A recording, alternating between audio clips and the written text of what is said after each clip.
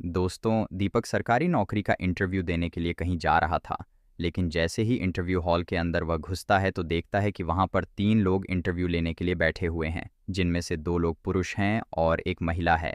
लेकिन दीपक महिला को देखकर एकदम से सहम सा जाता है और बहुत ज़्यादा सोचने लगता है। लेकिन फिर इंटरव्यू हॉल के अंदर जाता है और अपना इंटरव्यू देता है। दोस्तों, उस दिन दीपक का इंटरव्यू जो है वह बहुत अच्छा गया था। दीपक बहुत सारे सवालों का सही सही जवाब दिया था। लेकिन जैसे ही इंटरव्यू हॉल से वह बाहर की तरफ आता है, तभी जो महिला उसका इंटरव्यू ले रही थी दोस्तों, वह महिला दौड़ते हुए दीपक के पास आती है और दीपक से कहती है कि क्या तुम्हारे पास थोड़ा सा टाइम है? क्या मैं तुमसे कुछ बात करना चाहती हूँ, कुछ ज़रूरी बात करना चाहती हूँ। तब दीपक उससे कहता है कि हाँ, मेरे पास टाइम ही टाइम है, आप बोलो क्या बात है। तब वह महिला दीपक के सामने फूट फूट कर रोने लगती है और उसके सामने हाथ जोड़कर उससे माफ़ी मांगने लगती है। दोस्त, आखिर वह महिला कौन थी और वह महिला दीपक के सामने रो क्यों रही थी? और दोस्तों, वह दीपक से बात क्यों करना चाहती थी? आखिर क्या है इस पूरी घटना की सच्चाई? आइए जानते हैं इस वीडियो के माध्यम से। लेकिन दोस्तों, वीडियो में आगे बढ़ने से पहले वहीं आप लोगों से छोटा सा रिक्वेस्ट है कि अगर आप लोग हमारे चैनल पर पहली बार आए हैं तो चैनल को सब्सक्राइब कर लीजिए और वीडियो को लाइक कर दीजिए, ताकि जो मेरा हौसला है वह और भी ज़्यादा बढ़ता रहे। और भी ज़्यादा इंटरेस्टिंग कहानियाँ ऐसे ही रोज़ रोज़ मैं आप लोगों को हमेशा सुनाता रहूँ। दोस्तों, आज की यह कहानी नोएडा की है और नोएडा के अंदर दीपक और प्रीति, ये दोनों पति और पत्नी एक साथ रहते थे। दोस्तों, दीपक के माता पिता भी इन दोनों के साथ में वहीं पर रहते थे। दीपक के पिताजी एक सरकारी नौकरी से रिटायर्ड थे और उनको अच्छा खासा पेंशन मिलता था। दोस्तों, दीपक जो था उसकी अभी नई नई शादी हुई थी और जो प्रीति थी उसकी पत्नी, वह अभी नई नई अपनी ससुराल में दुल्हन बनकर आई थी। और दोस्तों, उसको आए हुए 15 दिन ही हुए थे। लेकिन दोस्तों, 15 दिनों तक सब कुछ ठीक था, लेकिन प्रीति अपने घर परिवार को संभल नहीं पाती है। संध्या को सिर्फ इस बात का घमंड था कि उसके माता पिता ने बहुत सारा दहेज दिया है और वह वहाँ पर नौकर बनकर काम करने के लिए नहीं आई है।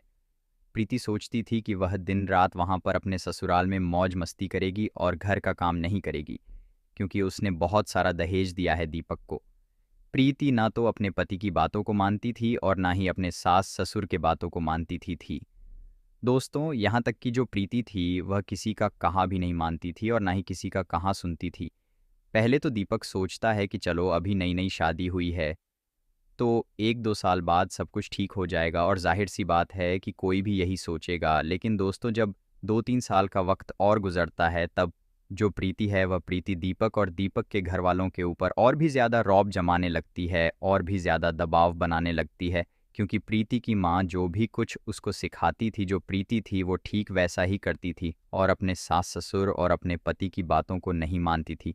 दोस्तों, जो दीपक था वह कभी कभी कोई काम उससे कहता भी था तो प्रीति उस काम को नहीं करती थी और दीपक से कहती थी कि देखो, यहाँ पर मैं नौकरानी बनकर नहीं आई हूँ। यहाँ पर मैंने आने के लिए बहुत सारा दहेज दिया है, इसीलिए मैं यहाँ पर रानी बनकर रहूँगी। अगर तुमको काम करवाना है तो तुम घर पर एक नौकर रख लो और घर का मैं कोई भी काम नहीं करूँगी। अब दोस्तों, इस तरीके की जो बातें हैं वह प्रीति हमेशा दीपक से कहती रहती थी। लेकिन दीपक हमेशा प्रीति को समझाता था और कहता था कि देखो प्रीति, यह जो घर है वह तुम्हारा है और ज़िंदगी भर तुमको इसी घर में रहना है और इसी घर को संभालना है। अगर तुम इस तरीके से करोगी तो हमारा जो घर है वह तो बर्बाद हो जाएगा। अगर तुम घर का देखभाल नहीं करोगी तो इस घर की देखभाल कौन करेगा? हमारे जो माता पिता हैं वह लोग बुजुर्ग हो चुके हैं और उनकी सेवा कौन करेगा?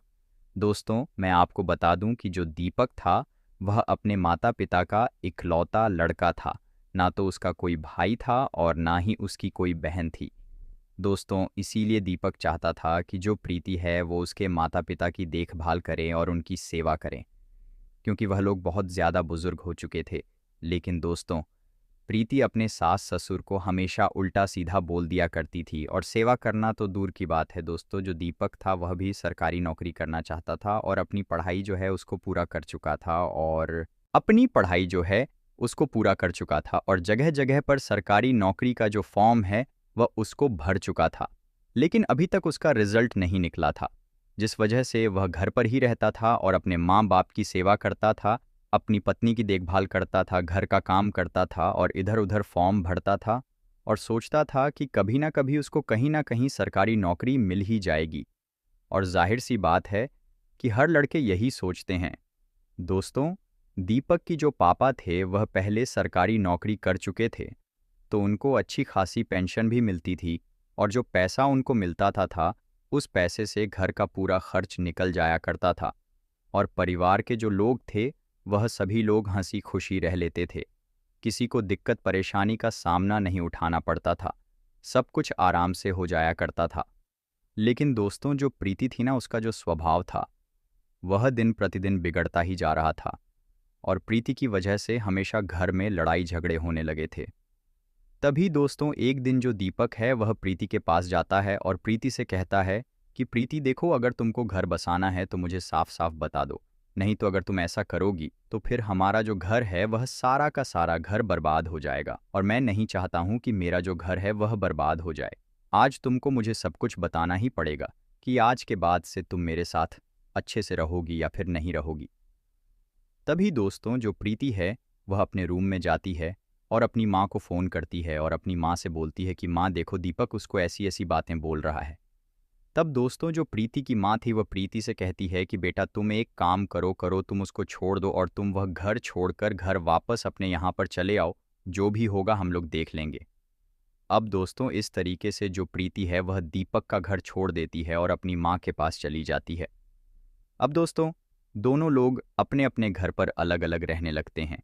प्रीति जो थी वह बहुत अमीर घर की रहने वाली थी और उसका जो घर था ना वह बहुत ही बड़ा सा घर था। वह घर नहीं था बल्कि वह एक महल था। और दोस्तों, उनके पास ज़मीन जायदाद भी बहुत ज़्यादा था और प्रीति के पिताजी जी जो थे वो भी सरकारी नौकरी कर रहे थे। दोस्तों, धीरे धीरे वक्त गुजर रहा था और जो दीपक है वह प्रीति को लेने के लिए कई बार उसके घर पर भी जाता है, उसको फ़ोन भी करता है, फ़ोन से बात करने की कोशिश भी करता है। लेकिन दोस्तों, प्रीति दीपक से मिलती भी नहीं है और ना ही उससे कभी फ़ोन पर बातचीत करती है, न ही उसके फ़ोन का भी जवाब देती है। अब दोस्तों, प्रीति अपनी माँ के कहने पर दीपक के ऊपर तलाक का केस डाल देती है और दोस्तों, कुछ दिनों बाद उस केस का फैसला भी सुनाया जाता है और दोनों के बीच में तलाक हो जाता है। अब दोस्तों, दीपक और जो प्रीति है यह दोनों लोग पूरे तरीके से अलग अलग हो जाते हैं। इधर जो दीपक है वह अपने घर पर अकेले रहने लगता है तो अपनी पढ़ाई शुरू कर देता है और जगह जगह पर सरकारी नौकरी का फॉर्म फिर से भरने लगता है। इधर दोस्तों, जो प्रीति थी वह अपने माँ के घर पर रहने लगती है, मौज मस्ती करने लगती है। वह भी अपनी पढ़ाई शुरू कर देती है। मौज मस्ती करने के साथ साथ वह दोस्तों के साथ पार्टी भी करने लगती है। इस तरीके से प्रीति की ज़िंदगी जो है अब गुजरने लगी है और दोस्तों, धीरे धीरे करके पूरे 5 साल का वक्त गुजर जाता है। लेकिन दोस्तों, इन 5 सालों के अंदर जो दीपक है वो बहुत ही ज़्यादा कड़ी मेहनत किया था और कई जगह पर सरकारी नौकरी का फॉर्म भी भर दिया था। लेकिन अभी तक कुछ का रिजल्ट आया था और कुछ का रिजल्ट नहीं आया था। दोस्तों, दीपक जो था वो रिजल्ट के आने का इंतज़ार कर रहा था। उसको भरोसा था कि इस बार जो रिजल्ट आएगा उसमें उसका चयन हो जाएगा। तभी एक दिन उसके घर पर एक लिफाफे में चिट्ठी आती है। दरअसल वो उसका जॉइनिंग लेटर था और उसको इंटरव्यू देने के लिए जाना था। अब दोस्तों, दीपक एक अच्छा सा सूट पहनकर अगले दिन इंटरव्यू देने के लिए निकल जाता है, लेकिन जब उसका नंबर आता है तब दीपक को इंटरव्यू हॉल के अंदर बुलाया जाता है। जब दीपक उस हॉल के अंदर जाता है, दरवाज़ा खोलता है तो अंदर देखता है कि इंटरव्यू लेने के लिए 3 लोग वहाँ पर बैठे हुए हैं, जिनमें से एक महिला है और दोस्तों 2 लोग पुरुष हैं। दीपक उस महिला को देखकर बहुत ज़्यादा सहम जाता है, थोड़ा सा परेशान हो जाता है। लेकिन फिर दीपक सोचता है कि मैंने इस नौकरी को पाने के लिए इतना ज़्यादा मेहनत किया है, तो इस नौकरी का इंटरव्यू में देकर ही यहाँ से जाऊँगा। ऐसे तो नहीं जाऊँगा, क्योंकि दीपक किसी भी कीमत पर उस नौकरी को पाना चाहता था और जाहिर सी बात है कि उसकी ज़िंदगी इधर उधर बिखर गई थी, तो वह नौकरी करना चाहता था और पैसा कम कमाना चाहता था। दोस्तों, जो महिला इंटरव्यू लेने के लिए वहाँ पर बैठी थी वह महिला कोई और नहीं थी। दोस्तों, मैं आपको बता दूं कि वह महिला प्रीति ही थी और प्रीति ही वह थी जिससे 5 साल पहले दीपक का तलाक हो गया था। और दोस्तों, जैसे ही दीपक प्रीति को एक बार उसको देखता है तो थोड़ी देर तक एकदम से वहाँ पर चुपचाप खड़ा हो जाता है, लेकिन फिर कुछ सोचकर इंटरव्यू देने के लिए आगे बढ़ जाता है और जाकर वहाँ पर बैठ जाता है। दोस्तों, वहाँ पर उसका जो इंटरव्यू है बहुत ही अच्छा जाता है। दीपक सभी सवालों का सही सही जवाब देता है और पूरे आधे घंटे तक उसका इंटरव्यू वहाँ पर लिया जाता है। लेकिन जब इंटरव्यू ख़त्म हो जाता है तब दोस्तों दीपक ईंट हॉल से बाहर की तरफ जाने लगता है। तभी दोस्तों प्रीति दौड़ते हुए दीपक के पास जाती है और उसके पास खड़े होकर दीपक से कहती है कि दीपक, तुम्हारे पास थोड़ा सा टाइम है क्या? मैं तुमसे बहुत ज़रूरी बात करना चाहती हूँ। मैं काफ़ी दिन से तुमसे बात करने के लिए सोच रही थी। तब दीपक प्रीति से कहता है कि प्रीति देखो, मेरे पास टाइम ही टाइम है। तुम बताओ क्या बात है? तुमको जितना टाइम चाहिए तुम मेरा टाइम ले लो, लेकिन तुम मुझे बताओ तुम इतना परेशान क्यों हो? क्या बात है? तब प्रीति दीपक से कहती है कि देखो, मैं यहाँ पर खड़े होकर यह बात नहीं बता सकती हूँ। मैं अकेले में बैठकर तुमसे बातचीत करना चाहती हूँ। तब दीपक प्रीति को वहाँ से लेकर जाता है एक पार्क में और वहाँ पर दोनों लोग बैठ जाते हैं और बैठकर दोनों के बीच में बहुत सारी बातें होती हैं।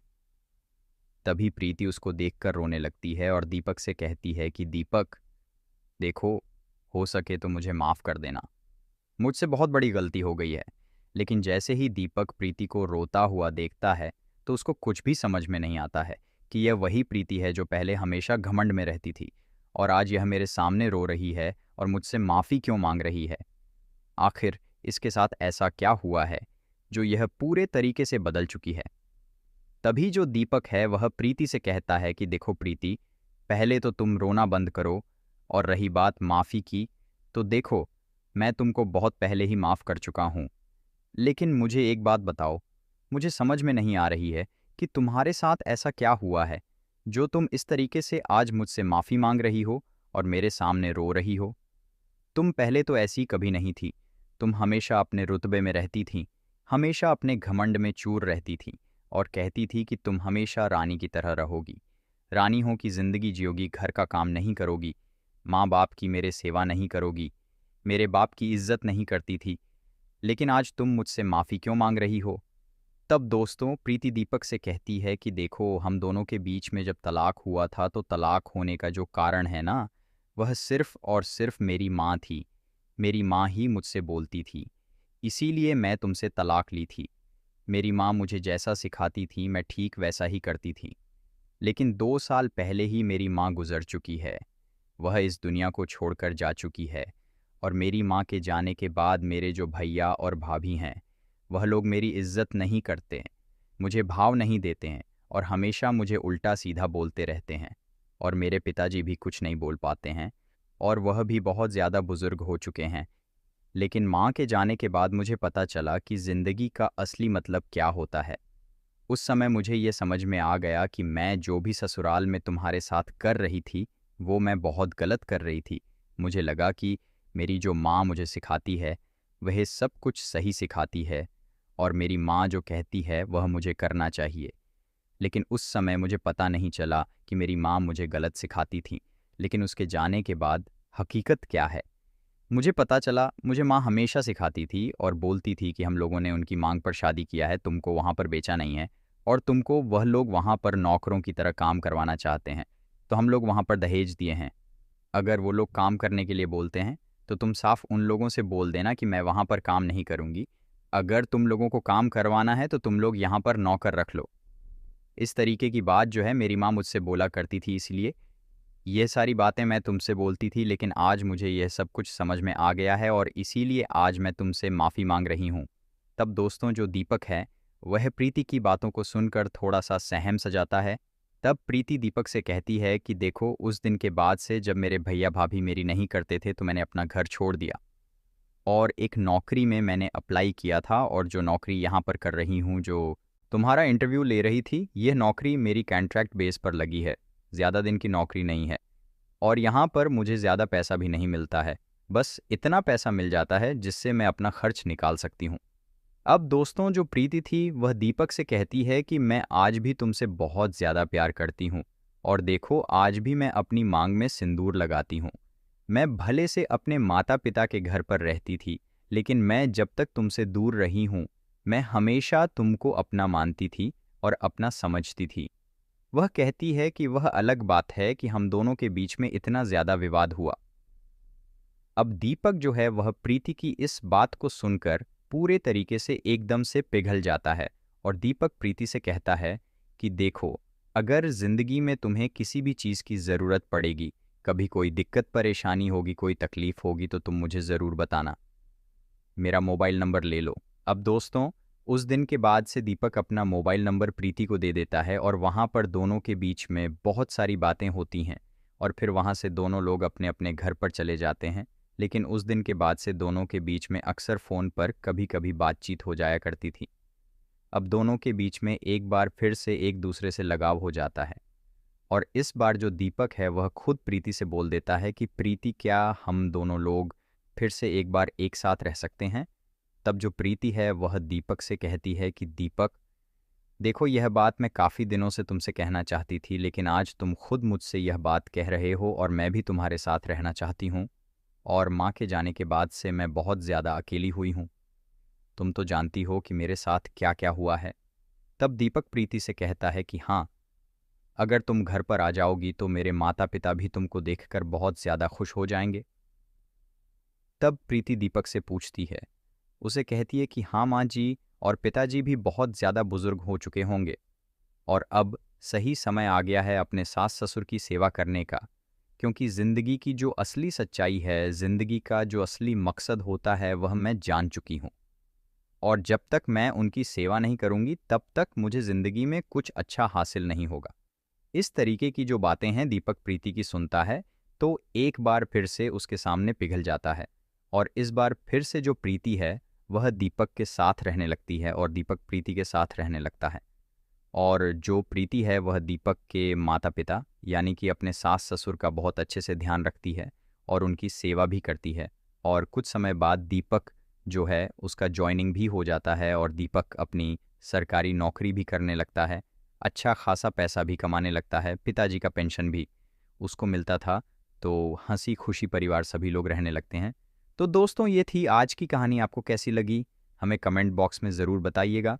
वीडियो पसंद आए तो वीडियो को लाइक और चैनल को सब्सक्राइब ज़रूर करिएगा। आप सभी लोगों का बहुत बहुत धन्यवाद।